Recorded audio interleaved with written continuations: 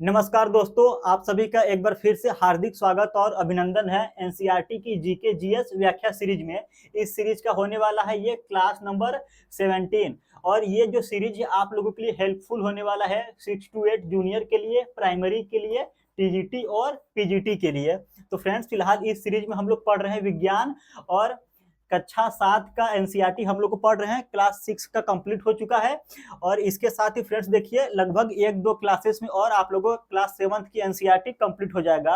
ये फ्रेंड्स इसमें हम लोग लगभग 3000 प्लस क्वेश्चन को पढ़ेंगे।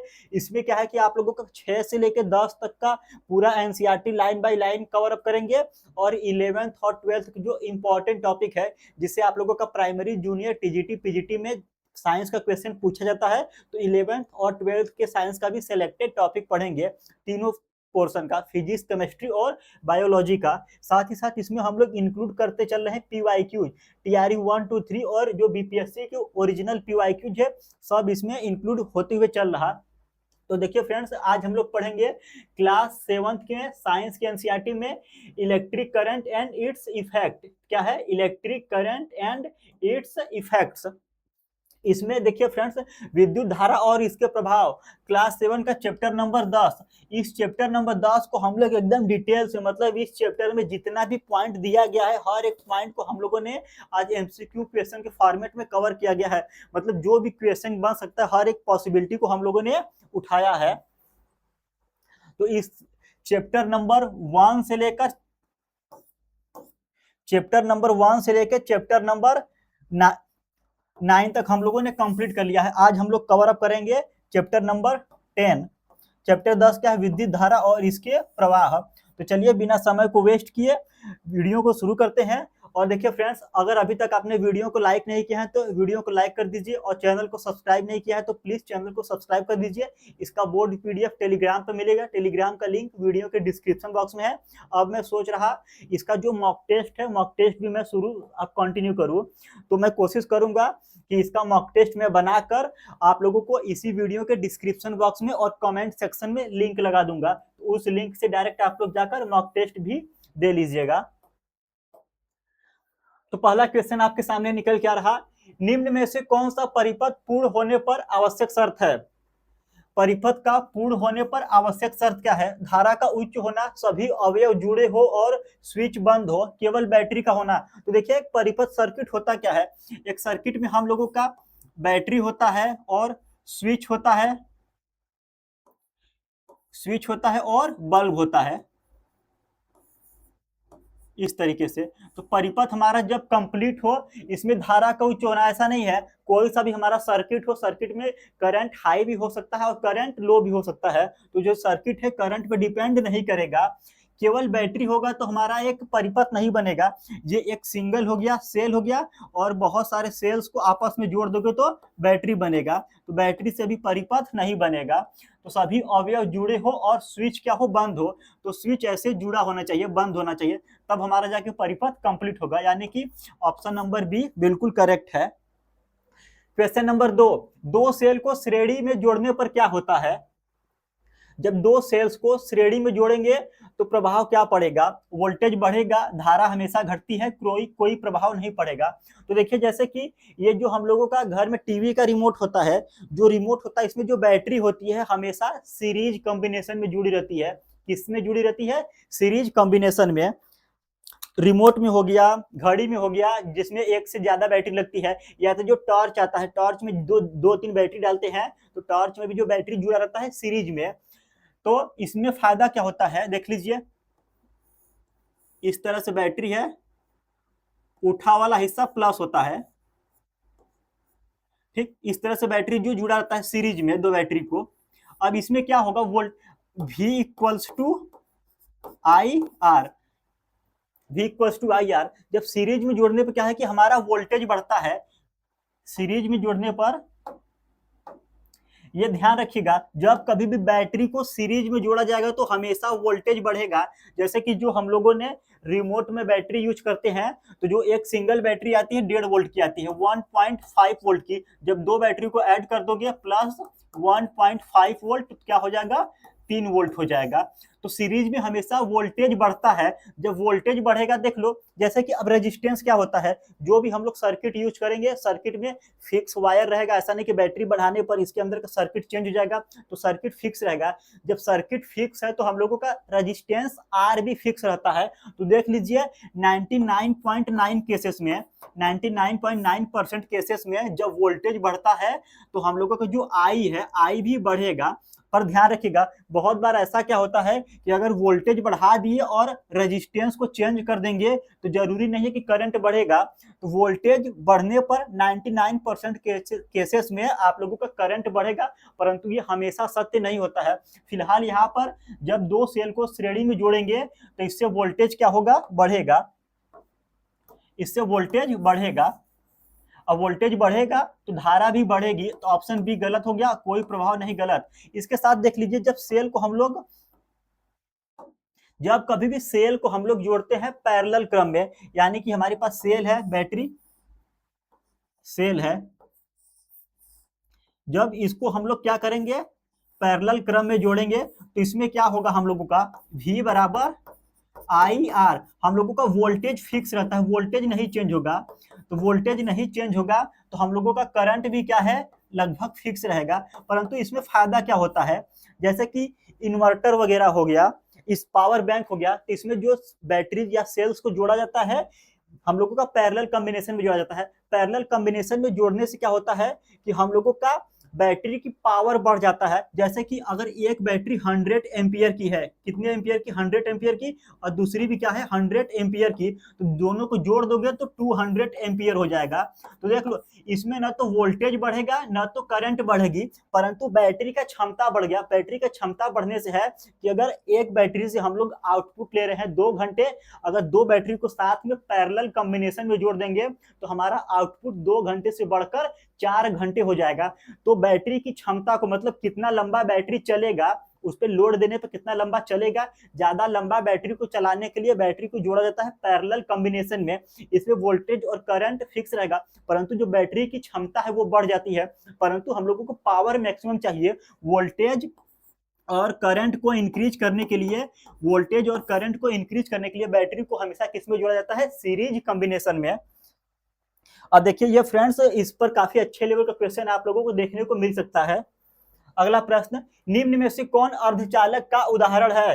तो देखिए जितने भी मेटल्स होते हैं कंडक्टर होते हैं, तांबा क्या हो गया, कंडक्टर हो गया, लकड़ी क्या हो गया, इंसुलेटर हो गया। जो सिलिकॉन और जर्मेनियम, सिलिकॉन जर्मेनियम दो ही क्या होते हैं, सेमी कंडक्टर होते हैं। क्वेश्चन नंबर 4, कुचालक का मुख्य गुण क्या है। जो कुचालक होता है धारा को आसानी से प्रवाहित करता है, धारा को रोकता है, ताप बढ़ाता है। तो जो कुचालक होता है धारा को प्रवाहित नहीं होने देता, धारा को रोक देता है, ये इंसुलेटर होता है। क्या होता है, इंसुलेटर होता है। और इसका जो सही आंसर होगा ऑप्शन बी। अब देखिए चालक और कुचालक होता क्या है, जैसे आप लोगों का जो होता है पॉलीथीन, पॉलीथीन बना होता है पॉलीएथिलीन से।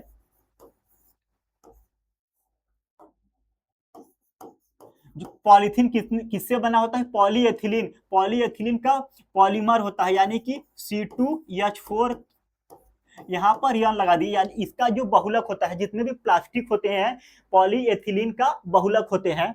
और जो कंडक्टर होते हैं यानी कि जो चालक होते हैं हम लोगों के मेटल्स होते हैं, जैसे कि आयरन हो गया। अब देखो जो मेटल्स होते हैं इसमें कौन सा प्रॉपर्टी होता है कि उससे हमारी इलेक्ट्रिसिटी फ्लो करती है, और पॉलीथीन में ऐसा क्या होता है कि उससे इलेक्ट्रिसिटी फ्लो नहीं करता। तो यहाँ पर जो कॉन्सेप्ट आता है इलेक्ट्रॉन्स का, आप लोगों को पता होगा जो इलेक्ट्रिसिटी होती है, इलेक्ट्रिसिटी होती है फ्लो ऑफ इलेक्ट्रॉन। जहां पर भी इलेक्ट्रिसिटी प्रवाहित कर रही वहां पर इलेक्ट्रॉन्स का फ्लो होगा। जैसे कि देखिए यहाँ पर मेरे पास एक वायर है, अगर इस वायर में अंदर कॉपर है तो अगर इसमें इलेक्ट्रिसिटी फ्लो कर रही, इलेक्ट्रिसिटी में कुछ नहीं होता, इलेक्ट्रिसिटी मतलब इलेक्ट्रॉन्स फ्लो कर रहे हैं, इलेक्ट्रॉन्स का बहना ही करंट, विद्युत धारा का प्रवाहित होना होता है। तो देखिए आप लोगों को पता होगा जो आयरन होता है इस पे +2 चार्ज होता है, या तो या फिर +2 या +3 चार्ज होते हैं। तो देखिए यहाँ पर 2 या 3 इलेक्ट्रॉन इसके आउटर सेल में फ्री होते हैं। जब इसके आउटर सेल में इलेक्ट्रॉन्स फ्री हैं तो उसी फ्री इलेक्ट्रॉन्स के थ्रू होते हुए हमारी इलेक्ट्रिसिटी फ्लो करेगी। तो जितने भी कंडक्टर होते हैं, जितने भी कंडक्टर होते हैं उसमें फ्री इलेक्ट्रॉन्स पाए जाएंगे, यानी फ्री इलेक्ट्रॉन्स रहेंगे तभी वो अपने पास से इलेक्ट्रॉन्स को फ्लो होने देंगे। जब इलेक्ट्रॉन्स फ्लो होगा तो हम लोगों का इसमें इलेक्ट्रिसिटी फ्लो करेगा। तो करंट किससे फ्लो होता है? फ्री इलेक्ट्रॉन्स के थ्रू। अब यहाँ पर देखिए जो पॉलीएथिलीन है, जो प्लास्टिक होता है पॉलीएथिलीन का पॉलीमर होता है, इसका हम लोग ऐसे देखिए इसका क्या होता है? Carbon carbon. अब यहाँ पर कोई भी फ्री इलेक्ट्रॉन नहीं पाया जाता है।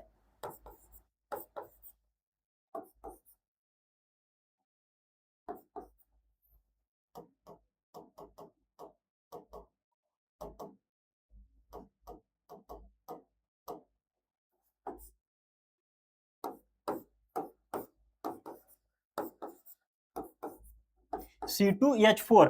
अब देखिए ये जो है C2H4 है, इसमें क्या है कि कोई भी इलेक्ट्रॉन फ्री नहीं है। क्या आपको यहाँ पर देख रहा है? इसकी वैलेंसी कंप्लीट है। जब यहाँ पर कोई भी फ्री इलेक्ट्रॉन नहीं रहेंगे तो वो इलेक्ट्रॉन का फ्लो नहीं करने देगा। जब इलेक्ट्रॉन का फ्लो नहीं होगा तो इससे इलेक्ट्रिसिटी का भी फ्लो नहीं होगा, इसलिए ये बिहेव करेगा इंसुलेटर का।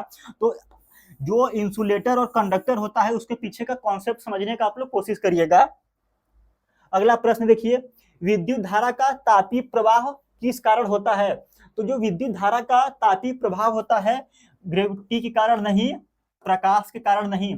जो विद्युत धारा का तापीय प्रभाव होता है प्रतिरोध के कारण। आप लोगों ने फार्मूला पढ़ा होगा R equals to rho L by A. और देखिए ये फ्रेंड्स, आज मैं आप लोगों का एनसीईआरटी का स्क्रीनशॉट नहीं लगाया हूं, परंतु ये सभी जो क्वेश्चंस है आप लोगों के क्लास 7th की एनसीईआरटी से बन रहे हैं। ऐसा नहीं कि मैं क्वेश्चंस को बाहर से लाया हूं, परंतु आज समय की कमी थी इसलिए मैंने जो बुक का स्क्रीनशॉट नहीं लगाया है। तो R equals to rho L by A. देख लो, अब हमारा विद्युत धारा का तापीय प्रभाव यानी कि जो हमारा कंडक्टर है, हमारा तार कब गर्म होता है? जैसे कि हमारे पास अभी एक वायर था, अब इस वायर में से करंट को फ्लो कराओ। इस वायर में से जब करंट का फ्लो करोगे तो ये वायर कब गर्म होगा? देख लो, अगर हम कभी तार को बहुत ज्यादा लंबा कर दे, जब तार को बहुत ज्यादा लंबा करेंगे, यल की वैल्यू बढ़ाओगे तो आर की वैल्यू बढ़ेगा। सिंपल सा मैथमेटिक्स है, सिंपल से मैथमेटिक्स। अगर यहाँ पर तार है, इस तार की जब लंबाई बहुत ज्यादा, अगर हमने 10 मीटर की जगह 1 किलोमीटर तार का यूज कर लेंगे, जब 1 किलोमीटर तार का यूज करोगे तो रेजिस्टेंस बढ़ेगा। और रेजिस्टेंस होता क्या है? वो करंट के फ्लो को रोकता है। रेजिस्टेंस करंट के फ्लो को रोकता है। जब करंट के फ्लो को रखेगा तो वहां पर इलेक्ट्रॉन्स का जो फ्रिक्शन होगा, जब इलेक्ट्रिसिटी को फ्लो नहीं होने देगा तो जो करंट फ्लो में इलेक्ट्रॉन्स होते हैं उसमें फ्रिक्शन होगा। जब फ्रिक्शन होगा इलेक्ट्रॉन्स का तो वहां पे हीट जनरेट होगा। सिंपल सा। अब यहाँ पर क्या होता है, एक चीज और, यहाँ पे हमने तार को लंबा कर दिया। अब दूसरा कब गर्म होगा तार हमारा? देख लो, अगर हमने यल लंबाई यानी कि तार की लंबाई को फिक्स रखे, जो तार हमारे पास है उसकी लंबाई को फिक्स रखे, परंतु तार हम लोग बहुत ही ज्यादा पतला कर दे रहे हैं। तार क्या करो, बहुत ज्यादा पतला, यानी कि उसका क्रॉस सेक्शन एरिया कम कर दो। यानी कि क्रॉस सेक्शन एरिया यानी कि तार को हमने पतला कर दिया, उसके एरिया को कम कर दिया। तो सिंपल सा मैथमेटिक्स है, जब नीचे हर को छोटा करोगे तो अंश, जो जब किसी संख्या में छोटे नंबर से भाग करोगे तो आर की वैल्यू बढ़ा, जब ए को कम करोगे तो आर क्या होगा, बढ़ेगा। फिर से, या तो हम बहुत तार की लंबाई को बहुत ज्यादा बढ़ा दे तो भी हमारा तार गर्म होने लगेगा, रेजिस्टेंस बढ़ जाएगा, हीट करेगा, या तो तार को बहुत ज्यादा पतला कर देंगे फिर भी तार हमारा गर्म होगा। अब यहाँ पर क्या है, इसीलिए हमेशा जैसे देखो कि घरों में एसी वगैरह लगाने के लिए जो हैवी इलेक्ट्रिकल अप्लायंसेस होते हैं, जिसको ज्यादा इलेक्ट्रिसिटी चाहिए, उसको चलाने के लिए बोला जाता है कि मोटा तार लगाओ। मोटा तार लगाने से होगा क्या, जब मोटा तार लगाओगे तो ए का वैल्यू बढ़ेगा, जब ए का वैल्यू बढ़ेगा तो आर का वैल्यू कम हो जाएगा। जब हमारा रेजिस्टेंस कम होगा तो इलेक्ट्रॉन्स के बीच फ्रिक्शन नहीं होगा और हमारा जो वायर है वो गर्म नहीं होगा। तो फिलहाल ये काम करता है रेजिस्टेंस पर। इसी तरह देखिए, एक जूल्स का फार्मूला है, H equals to I square R T, heating effect of Joules, H I square R T. अब इसमें देखो क्या है, टी क्या है, समय है, टी टाइम है, और आर हम लोगों का रेजिस्टेंस है, आर रेजिस्टेंस है, आई क्या है, करंट है। इसमें देख लो, अगर हम लोग करंट को फिक्स रेजिस्टेंस पर ज्यादा समय के लिए करेंगे तो हमारा हीट बढ़ता चलेगा। निम्न में से कौन तापीय प्रवाह का अनुप्रयोग नहीं है? तापीय प्रभाव का अनुप्रयोग नहीं है, तो देख लो, जो हीटर है, हम लोगों का हीटिंग इफेक्ट पर वर्क करता है, जो आयरन है कपड़ा प्रेस करने वाला हीटिंग इफेक्ट पर वर्क करता है, जो कंपास है ये हीटिंग इफेक्ट पर वर्क नहीं करता। अब हीटर और आयरन कैसे वर्क करता है, जूल्स का फार्मूला है हीटिंग इफेक्ट ऑफ जूल्स का, H बराबर आई स्क्वायर आर टी, H बराबर आई स्क्वायर आर टी। अब देख लो यहाँ पर हम लोगों ने करंट को दिया और रेजिस्टेंस हमारा फिक्स है, और जितना ज्यादा समय तक हम लोग करंट को फ्लो करेंगे उतना हमारा हीट बढ़ता जाएगा, तो समय पर डिपेंड करता है। इसलिए आप देखो कभी भी कपड़े को आयरन करने के लिए जब हम लोग आयरन को बोर्ड में लगाते हैं तो कुछ समय वेट करते हैं, कुछ समय वेट करने का मतलब कि कुछ समय देंगे, जैसे जैसे समय बढ़ेगा वैसे वैसे हमारा हीट बढ़ता जाएगा। इसी तरह जो हीटर भी होता है कुछ समय के बाद हीट होने लगता है, और ये जो वर्क करता है इसी फार्मूला पर। तो अनुप्रयोग नहीं है पूछा, जो इसका फिलहाल सही आंसर होगा ऑप्शन नंबर सी। अगला प्रश्न है फ्यूज तार का मुख्य गुण क्या होना चाहिए। अब ये फ्यूज तार होता क्या है, देख लीजिए फ्यूज तार ये होता है, अगर बहुत से लोग इससे भली भांति परिचित होंगे, जितनी भी गर्ल्स हैं जितनी भी लड़कियां हैं इसको देखी होंगे, बहुत सारे लोग इसको और इसको नहीं देखे होंगे। तो देखो ये सभी क्या है, फ्यूज है। अब इनका यूज कहाँ पर होता है, जनरली ये वाला जो होता है घर में यूज होता है, आप इसको अपने घर में मीटर के बगल में लगे हुए देखे होंगे। और ये जो डिवाइसेस हैं जैसे कि घर का जो इन्वर्टर हो गया, छोटे छोटे जो इलेक्ट्रिकल डिवाइसेस होते हैं उसमें लगा होता है, और ये भी इलेक्ट्रिकल डिवाइसेस में लगा रहता है, जैसे कि जो सोलार वगैरह आता है या छोटे डिवाइसेस होते हैं जो ये यूज किया जाता है एसी वाले करंट में, एसी करंट में इसको यूज किया जाता है अल्टरनेटिंग करंट में। परंतु ये वाला जो आता है इस फ्यूज को यूज किया जाता है डीसी करंट में, डायरेक्ट करंट में यूज किया जाता है। फ्यूज की प्रॉपर्टी क्या होना चाहिए कि लो मेल्टिंग पॉइंट, फ्यूज कैसा होना चाहिए, लो मेल्टिंग पॉइंट, यानी कि इसका गलनांक बहुत ही कम होना चाहिए। जब कभी भी हमारे घरों में शॉर्ट सर्किट हो, शॉर्ट सर्किट होने पर तुरंत ये क्या हो, हीट होकर पिघल जाए, पिघलने से क्या होगा कि हमारा सर्किट ब्रेक हो जाएगा और हमारे घर की जो इलेक्ट्रिसिटी चली जाएगी और जितने भी इलेक्ट्रिकल अप्लायंसेस रहेंगे वो सुरक्षित रहेंगे। तो फ्यूज की प्रॉपर्टी क्या होनी चाहिए, लो मेल्टिंग पॉइंट, यानी कि कम टेम्परेचर पर वो मेल्ट हो जाए, और इसका जो रेजिस्टेंस है लो होना चाहिए, रेजिस्टेंस भी क्या होना चाहिए, लो। ये दो प्रॉपर्टी होना चाहिए, रेजिस्टेंस लो होना चाहिए और मेल्टिंग पॉइंट लो। यही फ्यूज को एक अच्छा फ्यूज बनाएगा। एक अच्छे फ्यूज का खासियत होना चाहिए रेजिस्टेंस लो रहे, यानी धारा को कम रोके, सारे धारा को प्रवाहित हो जाने दे, और थोड़ा सा भी अगर डिसबैलेंस हुआ इलेक्ट्रिकल सर्किट में तो तुरंत क्या है, नॉर्मल टेम्परेचर पे हीट होकर वो मेल्ट हो जाए, सर्किट हमारी ब्रेक हो जाएगी। तो फ्यूज तार का मुख्य गुण क्या होता है, low melting point. Melting point क्या होना चाहिए, लो। प्रतिरोध भी लो होना चाहिए और गलनांक उच्च नहीं होना चाहिए, ऑप्शन बी सही है। अब देखो उच्च गलनांक क्या होगा, अगर हाई मेल्टिंग पॉइंट होगा, हमारे घर में शॉर्ट सर्किट हो गया और हमारे इलेक्ट्रिकल अप्लायंसेस का तार वगैरह का टेम्परेचर बढ़ गया और हमारा जो फ्यूज है मेल्ट हुआ ही नहीं, क्योंकि उसका मेल्टिंग पॉइंट हाई रहेगा, तो वो किसी काम का हमारे नहीं होगा। शॉर्ट सर्किट कब होता है, शॉर्ट सर्किट कब होता है, दो तार सीधे संपर्क में आ जाए, दो तार क्या है सीधे संपर्क में आ जाएंगे, शॉर्ट सर्किट हो जाएगा।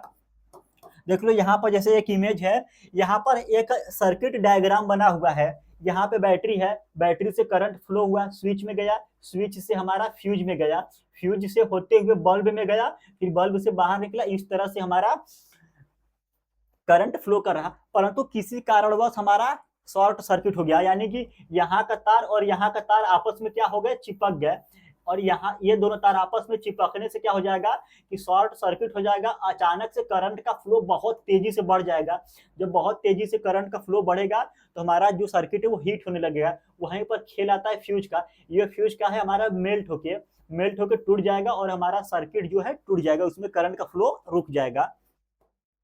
एक इमेज और यहाँ पे देखिए, जैसे देखिए इस तरह से कभी कभी जब हम लोग घर में प्लग वगैरह लगाते हैं, जब उसमें तार वगैरह खराब हो जाता है या आपस में चिपक जाते हैं तो इस तरह का शॉर्ट सर्किट होने लगता है।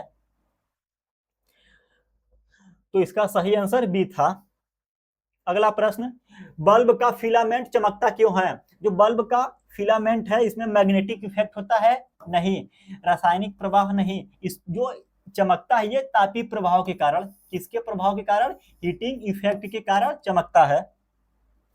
अब जनरली जो देखिए, जो हमारा जो बल्ब होता है, जो 10-20 रुपए वाला बल्ब आता है जिसको लट्टू वाला बल्ब बोलते हैं, इसमें एक लगा होता है टंगस्टन, टंगस्टन लगा होता है। इस तरह से आप लोग देखे होंगे स्पाइरल शेप में। जो बल्ब के अंदर का जो टेम्परेचर होता है लगभग 2500 से 3000 डिग्री सेल्सियस, 2500 से 3000 डिग्री सेल्सियस होता है। और जो टंगस्टन है, टंगस्टन का मेल्टिंग पॉइंट कितना होता है? जो टंगस्टन है इसका मेल्टिंग पॉइंट यानी कि गलनांक होता है 3500 डिग्री सेल्सियस, 3500 डिग्री सेल्सियस। यानी कि यहाँ पर जो फिलामेंट यूज होता है वो फिलामेंट तभी मेल्ट होगा, यानी कि पिघल जाएगा जब टेम्परेचर जाएगा 3500 डिग्री सेल्सियस। और 2500 से 3000 डिग्री सेल्सियस पर सामान्यतः बहुत सारे जो मेटल से पिघल जाते हैं, तो इसीलिए बल्ब में फिलामेंट के लिए हम लोगों का टंगस्टन यूज किया जाता है। और जो बल्ब के अंदर का टेम्परेचर होता है 2500 से 3000 डिग्री सेल्सियस होता है। और फिर इसमें जो गैस भरी रहती है, जो इसमें हम लोग वो इनर्ट गैसेस को भरते हैं। इनर्ट गैसेस में कौन सा गैस हम लोग भरते हैं? आर्गन गैस भरते हैं, आर्गन गैस। अब बताओ इनर्ट गैसेस क्यों भरेंगे? इनर्ट गैसेस क्या होती है? वो रिएक्ट नहीं करती है। अगर हम लोग इसकी जगह ऑक्सीजन भर दें तो ऑक्सीजन क्या है? बर्न हो जाएगा। बर्न होने के बाद हमारा बल्ब तेजी से ब्लास्ट कर जाएगा। या तो हम लोग इनर्ट गैसेस भरे या तो अंदर वैक्यूम क्रिएट कर दें। दो ऑप्शन हमारे पास है, या तो इसके अंदर आर्गन गैस भरे या तो वैक्यूम क्रिएट करे। परंतु जनरली इनर्ट गैसेस भरी जाती हैं, वैक्यूम क्रिएट नहीं किया जाता। वैक्यूम इसलिए नहीं क्रिएट करते क्योंकि ये बल्ब है, सस्ता बल्ब आता है, तो इसमें जो कांच होता है लो क्वालिटी का होता है, क्योंकि हमको सस्ता भी तो बनाना है। जो भी हम लोगों का इंस्ट्रूमेंट वगैरह है उसको इस हिसाब से डिजाइन किया जाता है कि यूजफुल भी हो और चीप भी हो। तो देख लो, अगर इसमें हम लोग इनर्ट वैक्यूम क्रिएट कर देंगे, वैक्यूम क्रिएट करने का मतलब इसके अंदर का प्रेशर जीरो हो जाएगा, सारा हवा बाहर निकाल देंगे। जो हमारा एटमॉस्फेयर है, एटमॉस्फेयर बाहर से प्रेशर लगाता है, एटमॉस्फेयर बाहर से प्रेशर लगाएगा और इसके अंदर वैक्यूम क्रिएट है, इसके अंदर कोई भी गैस है ही नहीं, तो बहुत ज्यादा चांसेस रहेंगे कि थोड़ा सा भी डिसबैलेंस होने पर या बाहरी प्रेशर आने पर हमारा बल्ब टूट जाएगा। इसलिए उसके अंदर इनर्ट गैसेस फील की जाती हैं। तो फिलहाल इसका जो सही आंसर था ऑप्शन बी। एक चीज और इसमें जान लो आप लोग, ये जो हम लोगों का हीटिंग वाला बल्ब होता है, इसमें टंगस्टन होता है, इसमें हम लोगों का जो 90% एनर्जी है हीट में जाता है, 90% एनर्जी हीट में जाता है। केवल 10% जो एनर्जी होता है लाइट में कन्वर्ट होता है।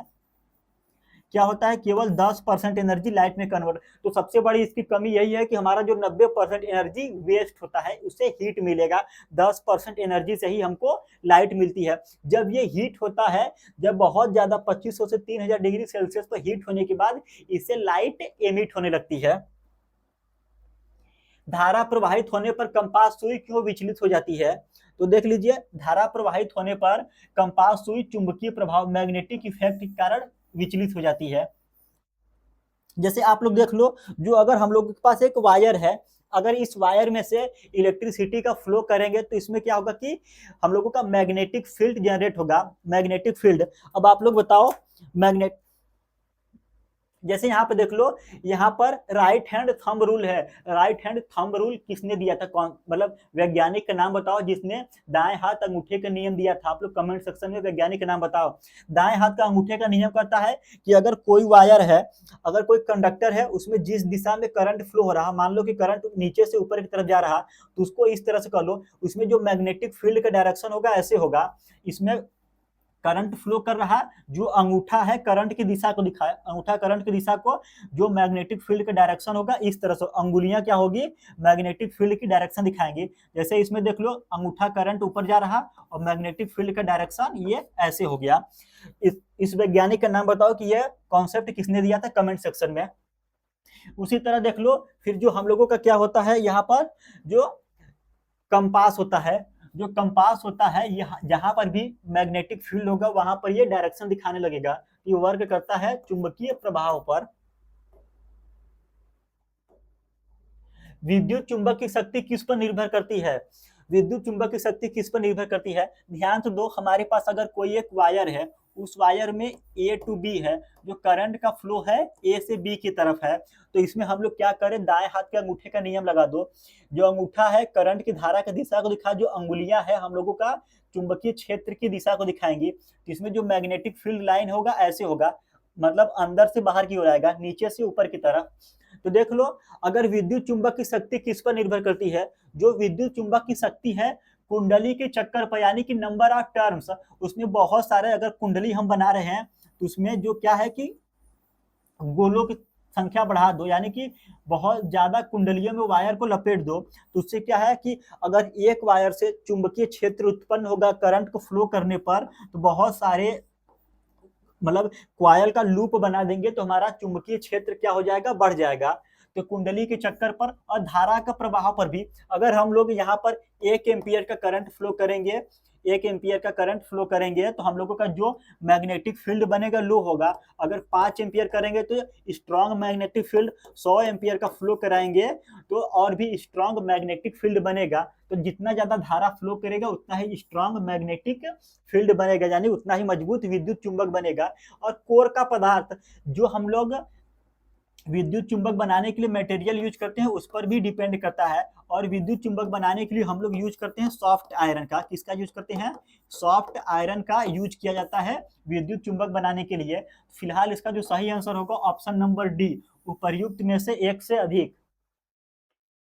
अगला प्रश्न, तो देख लो यहाँ पर अगर एक क्वाइल में विद्युत चुंबक मतलब एक क्वाइल में इलेक्ट्रिसिटी फ्लो करने पर मैग्नेटिक फील्ड बन रहा, तो बहुत सारे को आपस में लपेट दोगे तो हमारा जो स्ट्रॉन्ग मैग्नेटिक फील्ड मिलेगा। विद्युत घंटी में बार बार ध्वनि उत्पन्न होने के कारण क्या है, जो विद्युत घंटी है इसमें बार बार ध्वनि कैसे उत्पन्न होता है, बेल को हम लोग बजाएंगे घंटी टिन करेगा, फिर बेल को दबाएंगे घंटी टिन करेगा, तो इसमें ध्वनि कैसे उत्पन्न होता है। तो देख लो यहाँ पर विद्युत बल्ब का एक डायग्राम है, सॉरी इलेक्ट्रिकल बेल का डायग्राम है। यहाँ पे आप लोग देख लो, यहाँ पर एक स्विच है, इस स्विच को जितने बार दबाएंगे उतने बार हमारा क्या है कि बेल बजेगा। जब इस स्विच को दबाओगे, ये जो स्विच है बैटरी से जुड़ा हुआ है, तो देख लो बैटरी से जुड़ा हुआ है, इधर से बैटरी से करंट फ्लो हो रहा इधर। अब इसको ध्यान से समझो, यहाँ पे बैटरी से करंट फ्लो हो रहा है और जो बैटरी का दूसरा सिरा है यहाँ पर जुड़ा हुआ है, बैटरी का दूसरा सिरा यहाँ पर मेटल का सभी है, यहाँ पे जुड़ा हुआ है, ठीक। यहाँ से करंट यहाँ पर जाएगा और यहाँ पे स्विच यहाँ पे कंट्रोल करेगा कि इलेक्ट्रिक जो करंट कब फ्लो करेगा, जितनी बार हम बटन दबाएंगे उतनी बार करंट फ्लो करेगा। और फिर यहाँ पे कॉपर का जो कॉयल है उसका लूप बनाया गया है, कॉपर की वायर का लूप बनाया गया है। तो जब हम करंट का फ्लो करेंगे तो करंट यहाँ पे बटन दबाएंगे करंट फ्लो करेगा, जब करंट इस लूप में से फ्लो करेगा तो क्या होगा, हम लोगों का मैग्नेटिक फील्ड जनरेट होगा, विद्युत चुंबक बनेगा। जब विद्युत चुंबक बनेगा तो यहाँ पे क्या है कि हम लोगों का सॉफ्ट हैमर है और यहाँ पे सॉफ्ट आयरन है। जैसे ही चुंबक की प्रॉपर्टी क्या होता है, चुंबक जो होता है आयरन को आपस में चिपका लेता है। अगर मेरे पास यहाँ पर एक चुंबक है और यहाँ पे लोहा है, तो चुंबक क्या करेगा, इस लोहे को झटके से अपनी तरफ खींचेगा। तो जैसे ही हम लोग रिंग दबाएंगे करंट फ्लो होगा, यहाँ पे चुंबक बनेगा, चुंबक क्या करेगा, तुरंत इसको अपनी तरफ खींच लेगा। यहाँ पर जो सॉफ्ट आयरन है इसको अपने तरफ खींचेगा, जैसे ही झटके में खींचेगा। और यहाँ पर हैमर है, हैमर यानी कि ठोस लोहा है, और यहाँ पे गोंग है, यानी कि अरे गोंग वही होता है जो स्कूल में घंटी बजाने के लिए तवा होता है। स्कूल में तवा लगा रहता है ना, कॉपर किसका रहता है, या तो लोहे का रहता है या तो कॉपर करता है, उस पर पीटते हैं। यहाँ पर इसको है गोंग है, मतलब तवा है लोहे का, और यहाँ पर हैमर है। जैसे झटके से खींचेगा ये इस पर टकराएगा और टीन टीन का आवाज निकलेगा। जितनी बार यहाँ पे बटन दबाओगे उतनी बार यहाँ से आवाज निकलेगा। तो इस तरह से विद्युत घंटी जो है वर्क करता है। तो विद्युत घंटी किस पर वर्क करता है, स्टडी करंट पे नहीं, केवल ताप पर नहीं, मेक ब्रेक क्रिया पर। यानी कि मेक किया, ब्रेक किया, बटन दबाए करंट फ्लो किया, जो वहां पर हैमर है तवा पर लग गया, आवाज किया, फिर टूट गया। तो किस पे वर्क करता है, मेक एंड ब्रेक अभिक्रिया पर। बटन दबाओ करंट फ्लो करे, यहाँ पे चुंबक बना, चुंबक क्या करेगा, यहाँ पे सॉफ्ट लोहा का तेजी से झटके में अपने तरफ खींचेगा। जैसे ही अपने तरफ खींचा, यहाँ पे जो हैमर है यानी कि लोहे का गेंद है, लोहे का गेंद इस तवे पर टकराएगा। जैसे ही तवे पर झटके में टकराएगा आप लोगों को आवाज निकलेगा। तो इस तरह से ये वर्क करता है। अगला प्रश्न, सेल होल्डर का मुख्य कार्य क्या है। सेल होल्डर, जैसे कि बचपन में बहुत सारे खिलौने से आप लोगों ने खेला होगा, उसमें 2-3 बैटरी लगती थी। बैटरी एक को एक होल्डर में रखते थे। जैसे कि यहाँ पर देख लो इस रिमोट में बैटरी है, बैटरी को एक होल्डर में अरेंज किया गया है। और हमेशा ध्यान रखिएगा जो रिमोट हो गया, खिलौना हो गया, टॉर्च हो गया, इसमें हमेशा बैटरी को सीरीज कॉम्बिनेशन में जोड़ा जाता है, श्रेणी क्रम में। तो सेल होल्डर का मुख्य कार्य क्या है? धारा का बढ़ाना नहीं, प्रतिरोध बढ़ाना कुछ नहीं, जो सेल को है जोड़ना। और सेल होल्डर कुछ इस प्रकार का होता है, बहुत सारे बैटरी को इसमें जोड़ते हैं। दो सेल होल्डर है, सॉरी, अगर दो बैटरी वाला है तो दो बैटरी जोड़ेंगे, तीन बैटरी वाला है तो तीन। बहुत बार बचपन में जो खिलौना होता था उसमें चार बैटरी जुड़ता था। निम्न में से कौन परिपथ का प्रतीक नहीं है? तो देख लो जो यहाँ पर सिंबल्स क्या है, जो हम लोग सेल है, सेल को इस प्रकार से दिखाया जाता है, प्लस हो गया माइनस हो गया। स्विच को इस प्रकार से दिखाया जाता है, स्विच को इस प्रकार से दिखाया जाता है, और वायर को एक सीधी लाइन से दिखाया जाता है। तो ये सभी सिंबल है। कौन सा प्रतीक नहीं है? तो इसमें सभी प्रतीक है, तो इसका जो सही आंसर होगा उपर्युक्त में से कोई नहीं। तो देख लो यहाँ पर बहुत सारे डायग्राम है, ये आपके एग्जाम में पूछा नहीं जाता है। जैसे अमीटर को ऐसे दिखाया जाता है, वोल्ट मीटर को ऐसे, फ्यूज को इस तरह से, स्विच को ऐसे दिखाया जाता है, सेल को इस तरह से, फिर बहुत सारे सेल से मिलकर बैटरी बनता है तो इस प्रकार से, डायोड को ऐसे, रजिस्टर को ऐसे। हालांकि ये क्वेश्चन एग्जाम में पूछा नहीं जाएगा। कुंडली का उपयोग क्यों किया जाता है? कुंडली का उपयोग किया जाता है धारा को रोकने के लिए, ताप को कम करने के लिए नहीं, चुंबकीय प्रभाव बढ़ाने के लिए। जब हम लोग पढ़े हैं, अगर एक सिंगल वायर है, इसमें ए टू बी करंट जाएगा तो इसमें क्या बनेगा? मैग्नेटिक फील्ड बनेगा, मैग्नेटिक मैग्नेटिक फील्ड बनेगा। अगर एक सिंगल वायर में करंट फ्लो कर रहा तो इसमें मैग्नेटिक फील्ड बनेगा। जो अंगूठा है धारा के दिशा में, और जो अंगुलियां हैं चुंबकीय क्षेत्र की दिशा दिखाएंगी।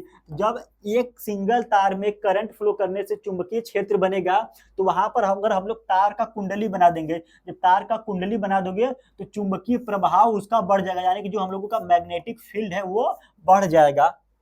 जैसे यहाँ पर देख लो बैटरी है, लूप बना दिया, कुंडली बनाने पर मैग्नेटिक फील्ड बढ़ जाएगा। अब इसका फायदा क्या होता है? जैसे कि यहाँ पर देख लो जो हम लोगों के घरों में यूज होने वाला मोटर है, आप लोग देख रहे हो पानी वाला मोटर है, और ये उसके अंदर का है। तो देख लो यहाँ पर जो कॉपर का लूप बनाया गया है, लूप बनाने पर क्या है कि हमारा मैग्नेटिक फील्ड बढ़ जाएगा। तो जितना ज्यादा कॉपर यूज करके हम लोग लूप बनाएंगे, कुंडली बनाएंगे, जितना मैक्सिमम नंबर आप कॉपर यूज करके कॉइल बनाएंगे, उतना ही हमारा स्ट्रॉन्ग मैग्नेटिक फील्ड होगा। अगला प्रश्न, ओवरलोडिंग का कारण क्या है? ओवरलोडिंग का कारण क्या है? कम धारा नहीं, उच्च वोल्टेज नहीं। ओवरलोडिंग सिंपल होता है अधिक उपकरण को एक साथ जोड़ दिए, अधिक डिवाइसेस को एक साथ जोड़ दिए। जैसे कि यहाँ पर देख लो एक बोर्ड हम लोगों का है, उस बोर्ड में क्या करें कि बहुत सारे डिवाइसेस को एक साथ जोड़ देंगे तो ओवरलोडिंग हो जाएगा। जब ओवरलोडिंग होगा तो हीट जनरेट होने लगेगा। एक समय ऐसा आएगा कि जब उसमें आग वगैरह लग जाएगा या तो स्विच वगैरह मेल्ट हो जाएगा। सुरक्षा के लिए कौन सा उपाय सही है? सुरक्षा के लिए गीले हाथ से स्विच छूना गलत, तार खुला रखना गलत, फ्यूज का उपयोग करना। सुरक्षा के लिए हम लोग फ्यूज यूज करते हैं। विद्युत साचित्र यानी कि विद्युत डायग्राम का मुख्य उद्देश्य क्या है? जो हम लोग सर्किट का डायग्राम बनाते हैं, यानी कि बल्ब हो गया, फिर हम लोगों का बैटरी हो गया, इस तरीके से जो हम लोग डायग्राम बनाते हैं, ये सिंपल सुंदरता के लिए नहीं होता है, धारा के लिए नहीं होता है, सरल प्रस्तुतिकरण, सिंप्लीफाइड रिप्रेजेंटेशन के लिए होता है। निम्न में से कौन उपकरण चुंबकीय प्रभाव पर कार्य करता है? Which works on magnetic effect. तो मैग्नेटिक इफेक्ट पर हम लोगों का जो हीटर और आयरन नहीं, हम लोगों का मैग्नेटिक इफेक्ट पे विद्युत घंटी वर्क करता है। अभी हम लोगों ने देखा जैसे ही बटन दबाओगे, बटन दबाने पर करंट फ्लो करेगा, करंट फ्लो करने से मैग्नेटिक फील्ड बनेगा, और जो मैग्नेटिक विद्युत चुंबक बनेगा, विद्युत चुंबक क्या है कि सामने वाले सॉफ्ट आयरन को अपने तरफ तेजी से खींचेगा, फिर उसके नीचे छोटा सा लगा रहेगा हैमर, वो हैमर जाके तवे पर टकराएगा और आवाज जनरेट होगा। यदि परिपथ में स्विच खुला हो तो क्या होगा? परिपथ में स्विच खुला होगा तो ताप बढ़ेगा नहीं, धारा प्रवाहित होगी, धारा नहीं बहेगी। तो देख लो यहाँ पर एक परिपथ हम लोग बना दे रहे हैं, बैटरी हो गया, इस प्रकार से अगर बल्ब हो गया, यहाँ पे हम लोग स्विच लगा दिए। अब बताओ यहाँ पे स्विच खुला है, जब स्विच खुला है तो हम लोगों का धारा क्या है कि यहाँ पर आकर रुक जाएगा, तो धारा नहीं बहेगी। स्विच ओपन होने पर धारा क्या है? नहीं बहेगा।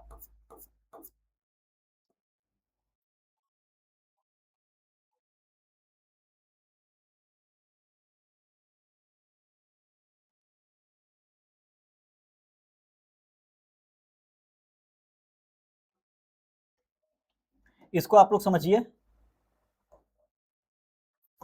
देखिए यहाँ पे दो कॉन्सेप्ट होता है। यहाँ पे बोला गया है स्विच को, यानी कि जो परिपथ का नहीं, जब हम घर में यूज करते हैं, यानी कि फैन का स्विच ऑन कर दिए। स्विच ऑन करने का मतलब क्या है कि हमारा फैन ऑन होने लगता है। तो जब हम लोग स्विच ऑन करेंगे तो परिपथ के अंदर जो है हमारा क्लोज हो जाता है। जैसे हम बोर्ड का स्विच ऑन करते हैं तो जो हमारा सर्किट अंदर से क्लोज हो जाता है, यानी कि बंद हो जाता है। तो जस्ट उल्टा होता है। अगर हम लोग स्विच को ऑन करेंगे तो सर्किट क्लोज होगा, स्विच को ऑफ करेंगे तो सर्किट ओपन हो जाएगा। स्विच ऑन करने पर हमारा क्या होगा, सर्किट क्लोज होगा, और सर्किट क्लोज होने पर क्या होगा, जो करंट फ्लो करने लगेगा,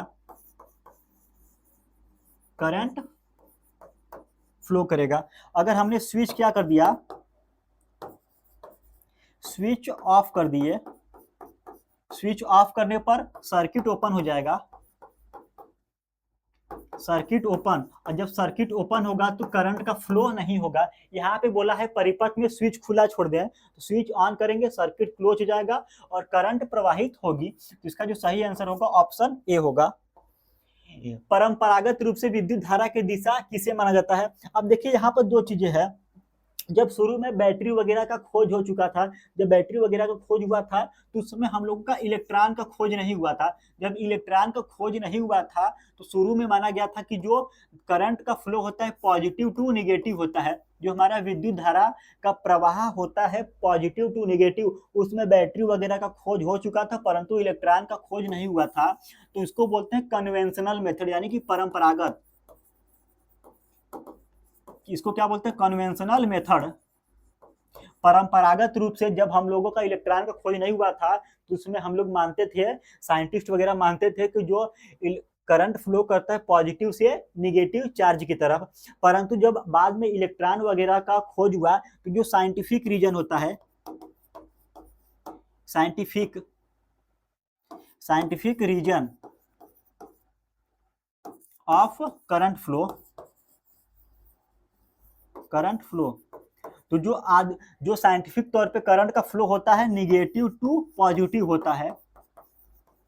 तो ध्यान देना, जब कभी भी आप लोगों से क्वेश्चन पूछा जाएगा कि परिपथ में करंट का फ्लो कैसे होता है, केवल पूछा जाए परिपथ में करंट का फ्लो कैसे होता है, तो परिपथ के अंदर करंट का फ्लो निगेटिव टू पॉजिटिव होता है। क्या होता है, निगेटिव टू पॉजिटिव, यानी जो इलेक्ट्रॉन्स होते हैं निगेटिव से पॉजिटिव की तरफ जाते हैं। परंतु जब कभी आपसे पूछे परंपरागत रूप से यानी कन्वेंशनल रूप से करंट का फ्लो कैसे होता है, तब पॉजिटिव से निगेटिव बोलेंगे। तो यहाँ पर परंपरागत रूप से बोला है तो धन आवेश के प्रवाह की दिशा, तो धन आवेश के प्रवाह की दिशा यहाँ पर परंपरागत रूप से माना जाता है, यानी कि ऑप्शन नंबर बी।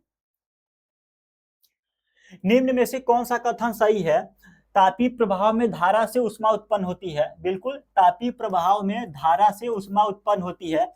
H बराबर आई स्क्वायर आर टी। जब करंट का फ्लो करोगे फिक्स रेजिस्टेंस पर लंबे समय तक तो ऊष्मा उत्पन्न होगा, ये सही है। चुंबकीय प्रभाव में धारा से चुंबकीय क्षेत्र उत्पन्न होता है, बिल्कुल सही। धारा के फ्लो करने से चुंबकीय क्षेत्र भी उत्पन्न होता है। दोनों प्रभाव विद्युत धारा के कारण होते हैं, यानी कि ये जो दोनों इफेक्ट है विद्युत धारा के कारण होते हैं। सी भी सही है। तो इसका जो सही आंसर जाएगा आंसर डी, आंसर डी इसका करेक्ट होगा। अगला जो प्रश्न है, फ्यूज तार को पतला और निम्न गलनांक वाला क्यों बनाया जाता है, जल्दी पिघलकर परिपथ को तोड़ दे, इसलिए इसको पतला और लो मेल्टिंग पॉइंट वाला बनाया जाता है। 24, निम्न में से कौन सा कथन सही है, फिलामेंट बल्ब अधिक ऊर्जा उष्मा के रूप में नष्ट करते हैं, यानी कि जिसमें फिलामेंट होता है, फिलामेंट के रूप में टंगस्टन का यूज किया जाता है। ये क्या है कि 90% एनर्जी हीट के रूप में देते हैं और 10% ही हम लोगों का लाइट देते हैं, 10% ही हम लोगों का लाइट देता है। एलईडी बल्ब अधिक दक्ष होते हैं, यानी कि बहुत ज्यादा एफिशिएंट होते हैं। जो एलईडी बल्ब है बहुत ही ज्यादा एफिशिएंट होते हैं। जो सीएफएल या एलईडी में फिलामेंट नहीं होता, बिल्कुल सही। जैसे कि जो फिलामेंट बल्ब है उसमें टंगस्टन यूज किया जाता है, जो सीएफएल और एलईडी बल्ब होते हैं इसमें फिलामेंट नहीं होता है। तो ए भी सही, बी भी सही और सी भी सही। तो फिलहाल इसका जो सही आंसर जाएगा आंसर डी इसका करेक्ट होगा। अगला प्रश्न, सेल और बैटरी के संबंध में सही कथन कौन सा है, बैटरी एक ही सेल से बनती है। गलत, बैटरी कई सेल का संयोजन है। देखो एक सेल केवल इस प्रकार होता है, पॉजिटिव और नेगेटिव जब बहुत सारे सेल्स को आपस में जोड़ देंगे, जब बहुत सारे सेल को आपस में जोड़ देंगे तो बैटरी का निर्माण होगा। क्या होगा? बैटरी का निर्माण। ये हो गया positive negative, positive negative, positive negative. तो बहुत सारे सेल के कॉम्बिनेशन से हम लोगों का क्या बनता है? बैटरी। ये बच्चों वाला सवाल है, आप लोगों ने पढ़े होंगे। तो इसका जो सही आंसर है बी। तो देखिए फ्रेंड्स, आज हम लोगों ने क्लास 7 की एनसीईआरटी में चैप्टर नंबर 10 कंप्लीट किया। चैप्टर नंबर 10 क्या है? चैप्टर नंबर 10 हम लोगों का है विद्युत धारा और इसके प्रवाह। आप लोगों को अगर शुरू से लास्ट तक अभी तक वीडियो को पूरा देखा तो समझ आया होगा कि आज का क्वेश्चन बहुत ही ज्यादा आसान था। आसान होने का रीजन है हम लोग क्लास 7 की एनसीईआरटी पढ़ रहे हैं, तो अभी क्लास 7 है आसान ही रहेगा। जैसे ही 8th 9th और 10th की एनसीईआरटी जाएगा तब क्वेश्चन आपको टफ देखने को मिलेगा।